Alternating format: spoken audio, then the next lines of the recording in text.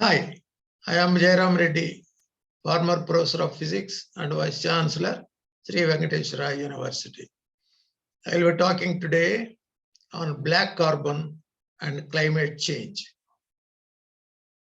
Black carbon is carbonaceous aerosols. They form a major and highly variable part of atmospheric aerosols. Black carbon is also called soot, and soot absorbs sunlight, reducing the amount reaching the ground. Hence, the surface is cooled, but the surrounding air is heated. The warm air creates uneven atmosphere, forming clouds and bringing rainfall to areas heavily concentrated with soot. Black carbon is a source of warming on global scale, adverse effects on air quality and human health. Black carbon is a very dangerous type of aerosol, and both the air quality and human health are affected. However, the extent of effects on climate are still the subject of debate, because black carbon having both potentially positive and negative effects on enhanced global warming. They are relatively short-lived, so reducing their emissions could help to lessen the related atmospheric effects far more rapidly than with the CO2 emission reductions. Diesel vehicles and open biomass burning are the largest sources of black carbon emissions worldwide.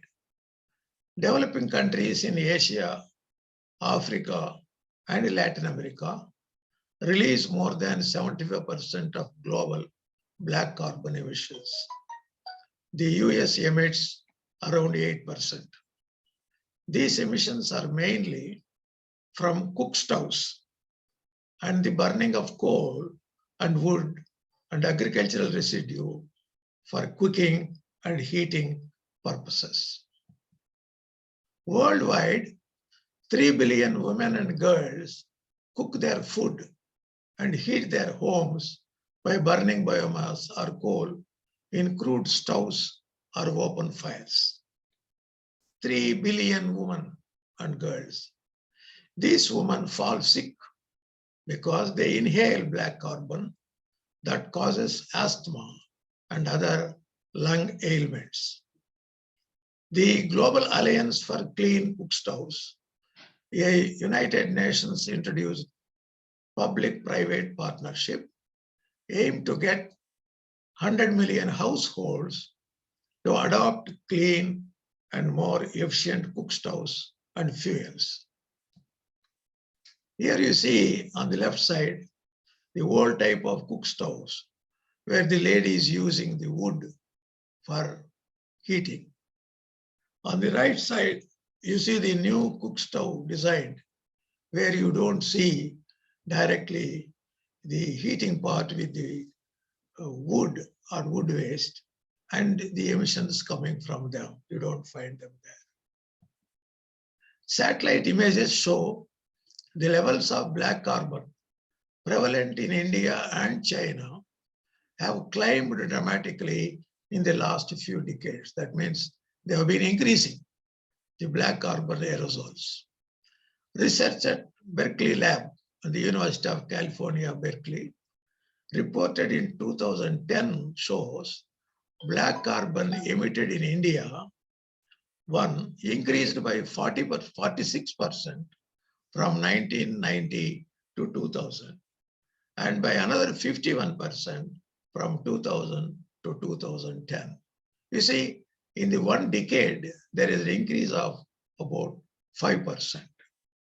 The growth of black carbon emissions over the past years has not been reported for the Indian region.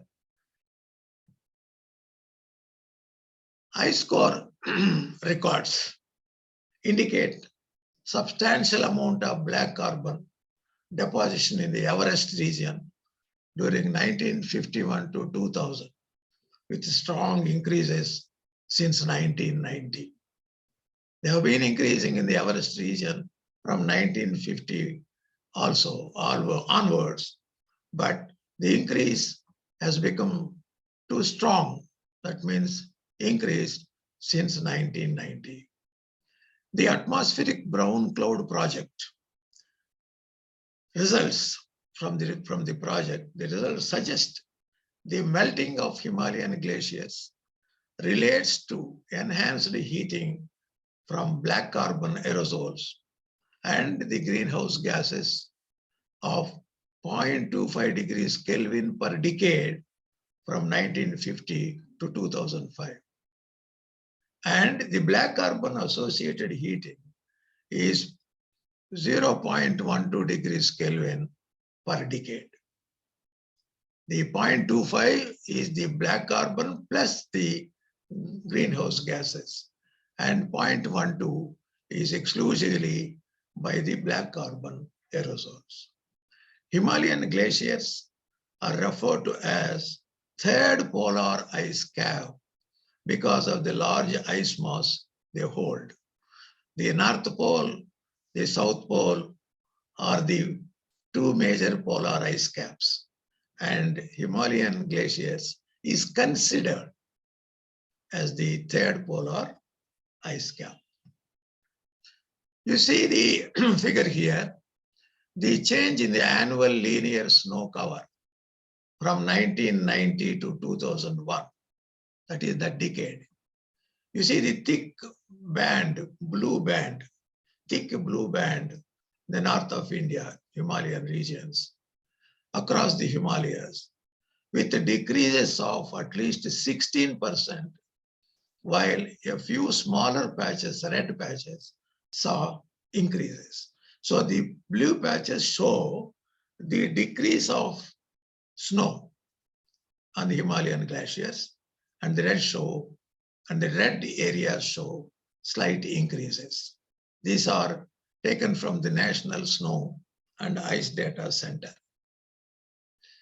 Studies in 2015 suggest carbon pollution from South Asia's cooking stoves and forest fires floats over Himalayas. These are the findings from the Institute of Tibetan Plateau Research in Beijing.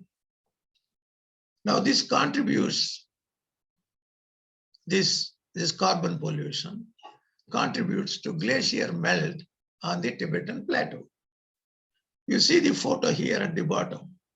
This suggests the pollutant might have blown from eastern China or come from biomass burning elsewhere on the Tibetan Plateau. You see the dark shade on the mountain slopes in the Everest region, and that dark shade is from the carbon pollution. A 2019 April study says India is the second largest emitter of black carbon in the world and expected to increase in the coming decades. Gangetic Plains is said to be the largest contributor. The study at Wadia Institute of Himalayan Geology in August 2019 published says the black carbon concentrations over Chirbasa site near Gangotri Glacier increased 400 times in summer due to forest fires and crop stubble burning, and triggered the glacial melt. So the forest fires as well as the crop stubble burning, they have triggered the glacial melt because of the settling of the black carbon. In higher latitudes, soot covering snow and ice absorbs the sunlight, causing a faster than normal bend, naturally. Effect of soot on snow albedo may be contributing to an early spring in the northern hemisphere. And the effect of earlier spring is they may cause the thinning of Arctic sea ice and melting of glaciers and permafrost. Soot pollution moves. It moves from from the origin to any other place. Therefore, soot originated in South Asia region, was observed moving as far as the North Pole, you see. The Geological Survey of Denmark and Greenland show the ice covered with black carbon in Greenland in summer 2014, the darkest compared to the early years. 2016 study by the Earth Institute in the Columbia University says Greenland's ice and snow have been darkening over the last 20 years. Its albedo, that means its refraction, is expected to decrease 10% or more by 2100. Satellite data used to compare summertime changes in Greenland's albedo from 1981 to 2012. Now here you see the photos by Geological Survey of Denmark and Greenland, how the ice in the Greenland is covered with black carbon. This is a photo taken in summer 2014. You see, actually the Greenland snow should appear clear white, but now it appears dark because of the settling of the black carbon. You see the second photo also. Here is a cleavage in the Greenland ice sheet, but still you see the black carbon being settled on the surface of the ice sheet.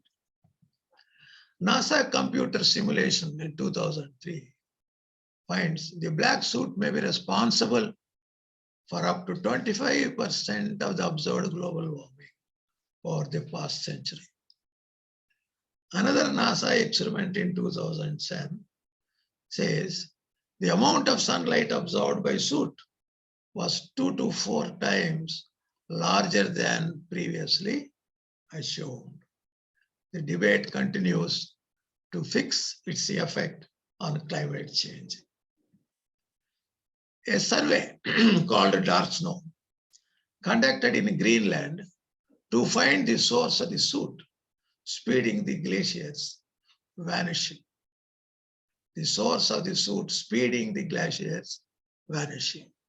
In 2014, the ice sheet was found just 5.6 darker, making extra absorption of energy. Because as the blackness goes on increasing, becoming darker and darker, more of the energy will be absorbed. The soot, the dust, the bacteria, and algae carried by rain or snow settle on these ice sheets, and they become intense on the surface of the ice. As melting continues, it will not completely wash away. So one of the explanations given was, it was found that the increased darkening did not come from atmospheric black carbon alone, but from what was already stored in the snowpack. With fast increase in melting, as occurred over the past 20 years, the black carbon stored in the snowpack is very vital than what comes from the atmosphere because of the speed of the melting. So all the dark particles stored in the snowpack are released with melting. Some get washed away with the water, but 20 to 30% stay on the surface of the ice or snow as melting continues. This study considered the possible impact of soot from forest fires in China, in Siberia, and North America, because we know these areas have been experiencing forest fires. And so the soot is emanated from those fires. They found that no statistically significant increase during 1996-2012 that correspond to the Greenland's darkening. That means these wildfires are not significantly contributing to the darkening. The process is intensified because as snow melts and refreezes, the meltwater sticks grains of snow together. As snow grains get bigger, more solar radiation is absorbed, increasing melting and exposing more darkening. So increasing evidence indicates that soot, that is the black carbon, is a likely factor in climate change. The extent that black soot has an effect on climate change, as I told you earlier, will continue to debate since it recently becomes a factor included in the studies of global warming. Because earlier, the black soot settled on these ice sheets in Greenland and other areas was not seriously taken. But now that they found initially with some evidence that they do affect on the climate change, now the serious debate is going on. These are the two books. One is the pollution and global warming. The other is the daunting climate change, which I have published, and the material that I presented are mostly taken from these books. Thank you very much. And if you require any clarifications, contact me through my email.